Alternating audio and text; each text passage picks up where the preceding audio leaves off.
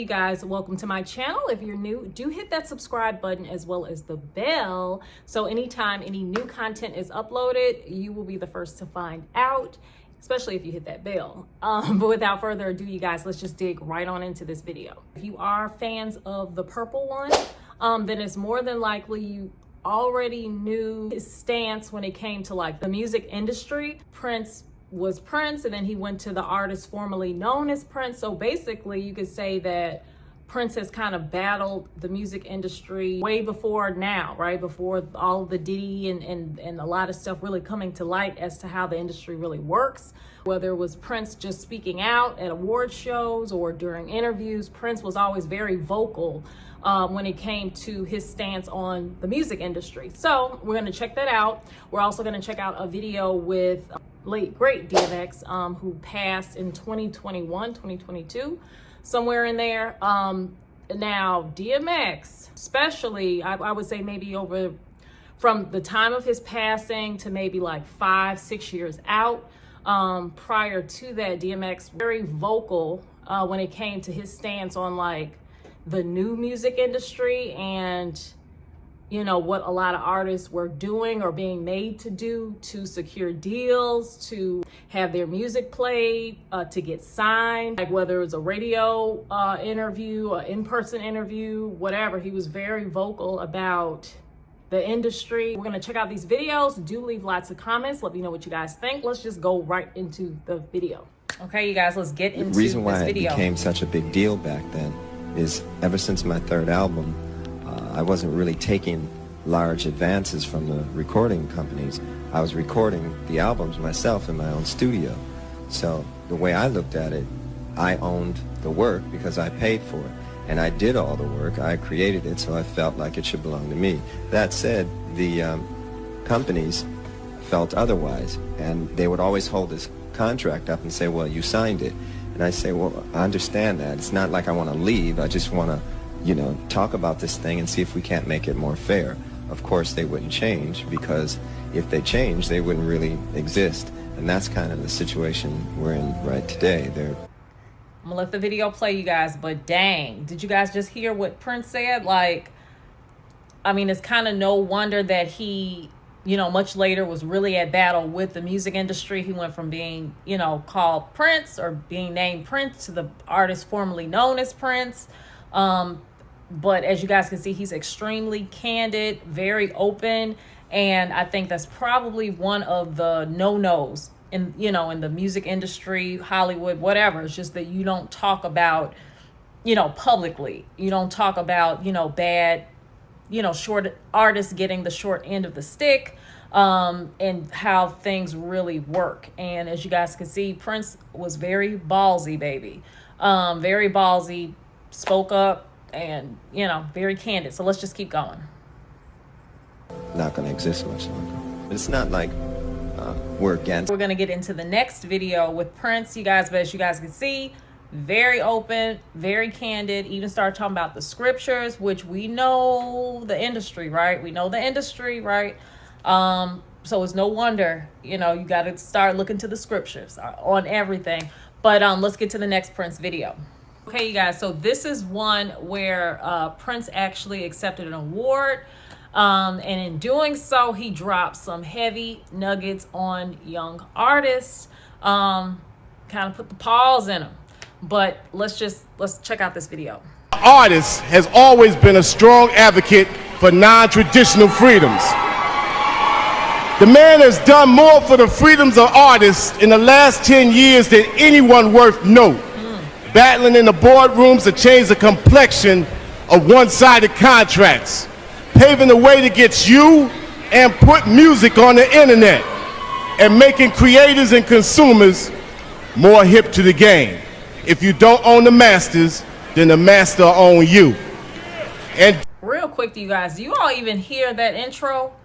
Like, that's a heavy intro. Like, we're not talking about a civil rights leader. We're talking about an artist in the industry that was active in the industry. So, I mean, like, that's a heavy, wonderful, but very heavy intro. Like, that means, obviously, Prince was very, very, very vocal about how the industry works, standing up for artists, which, you know, clearly was never taken kind, you know, the industry has never taken kindly to those types of artists, just in general. And anytime you start talking about contracts, money, it could be problematic. But let's hear what Prince had to say when he came out.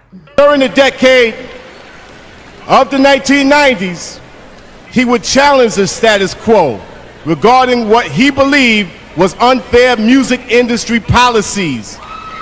A recipient of the Artist of the Decade Award for outstanding artistic contributions and leadership during the 1990s.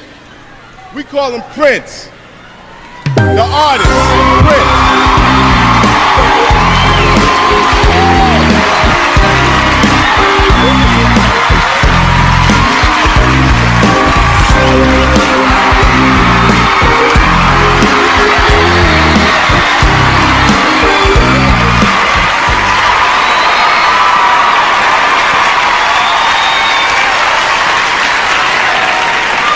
If you could, could we please remain standing? If you could.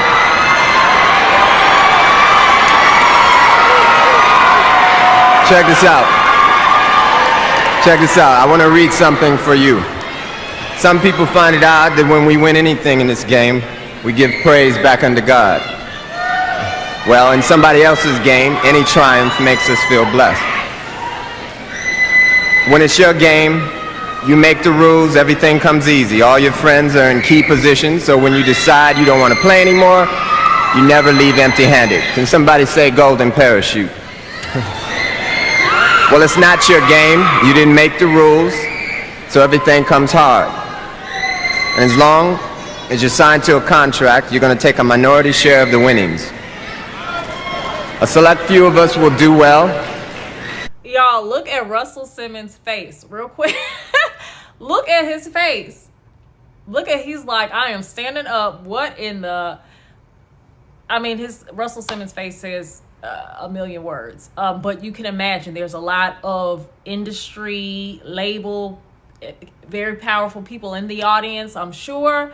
And you see Prince is talking about contracts. We're talking about contracts. We're talking about money, right?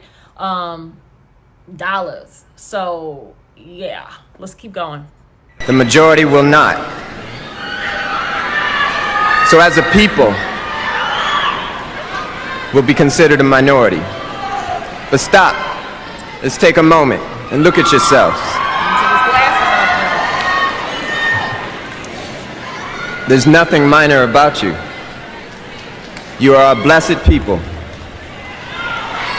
You're the most talented. You guys just checked out some clips of Prince. As you guys can see, he was extremely vocal when he accepted that award. He was even very he was already well known for being an artist that actually was speaking out on behalf of other artists that did not speak very fondly of the music industry and talked about contracts. And like I say, anytime you start talking about contracts and money and things like that, you kind of take it to another level, and people do not take so kindly when you hit them in their pockets. So, you know, like I say, it's just interesting. Prince was not a civil rights leader in any sort of way, but he was definitely courageous in speaking up, speaking out. Only recently with all the Diddy stuff, have people really been taking a look at the music industry and different key players and just the way artists are played. So when Prince was talking how he was talking, it was when it wasn't even popular to talk that way or accepted. So that kind of lets you know just how ballsy Prince was. But now I would like for us, we're just going to check out a clip of DMX, well, a few clips of DMX also talking about the music industry, as well as, you know, just the new breed of rappers and how artists. We'll just get into the video. Why don't you like Drake? Okay, you guys, so this is DMX doing a Breakfast Club interview. He's being asked about Drake, but he's also going to talk about the music industry and things like that throughout this video. So let's just check this out. Let's go. About Drake. Mom, I don't like his voice. I don't like what he talks about. I be trying to tell his face. I don't like the way he walks, like nothing. I don't like his haircut.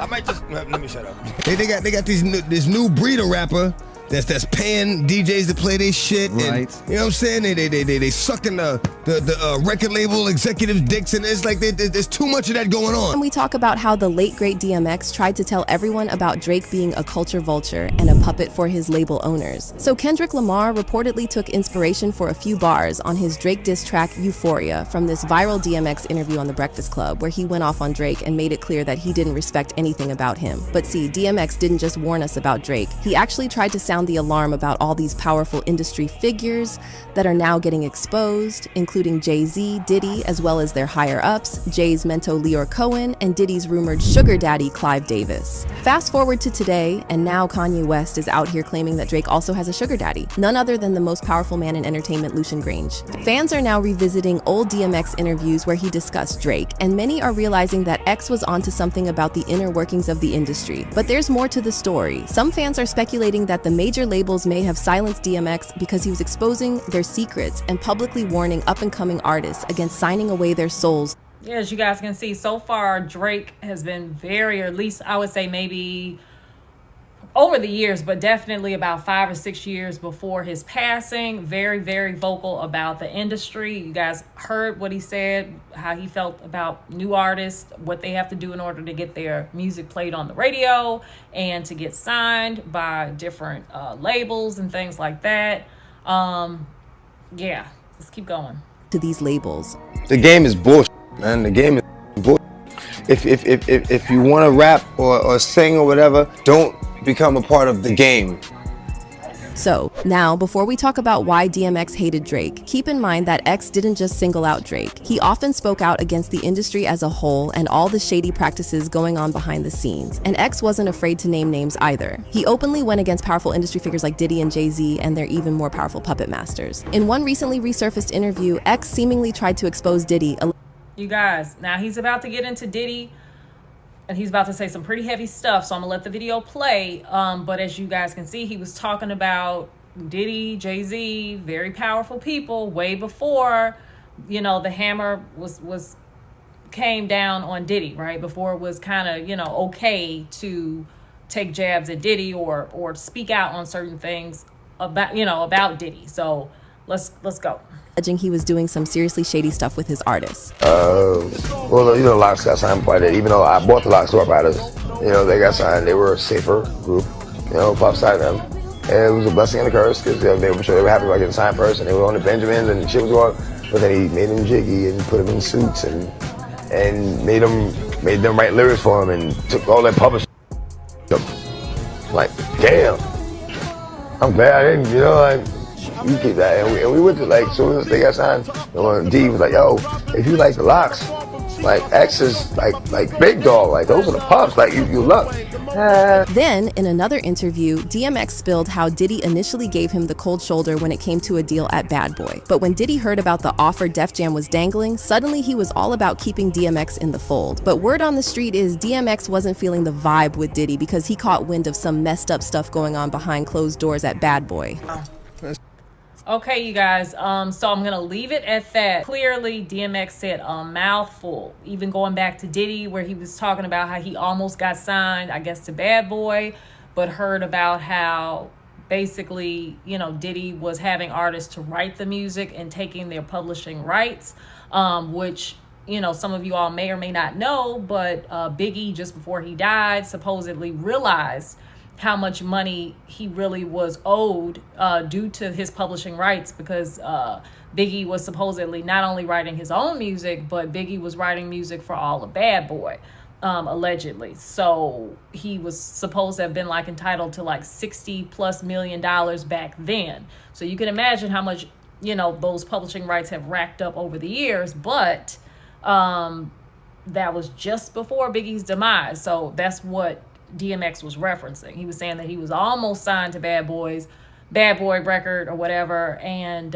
he's glad he didn't, and that he heard about how, I guess, Diddy, Bad Boy, was doing its artists. So yeah. Okay, you guys, so let me know, what do you guys think? You guys just checked out individual videos of Prince. You guys checked out an individual video of DMX. And I mean that both of them experienced, I guess you could say, untimely demises. Still a lot of mystery kind of shrouded over, you know, their passing. But, you know, like I say, there were some that said that Prince was perfectly healthy and normal. Everything was okay before his sudden passing. Others say he was already ill, sick. DMX, I would say for a good 5-6 years before his passing, he was very vocal, maybe before then, but definitely very vocal on, you know, his thoughts on the music industry and certain very, very popular artists. Drake was one that was mentioned. And both of them, Prince and DMX, were very vocal before it became okay to be vocal, right? Only recently with Cassie and her lawsuit and kind of opening up that whole can of worms with Diddy and people really taking a look at the music industry, was it okay for people to really kind of speak out and speak up on very powerful players within the industry. So I don't know. You guys leave comments down below. Let me know what you guys think. But they both, I would say, spoke out way before all the stuff that recently has come to light. So I will see you guys on the next video.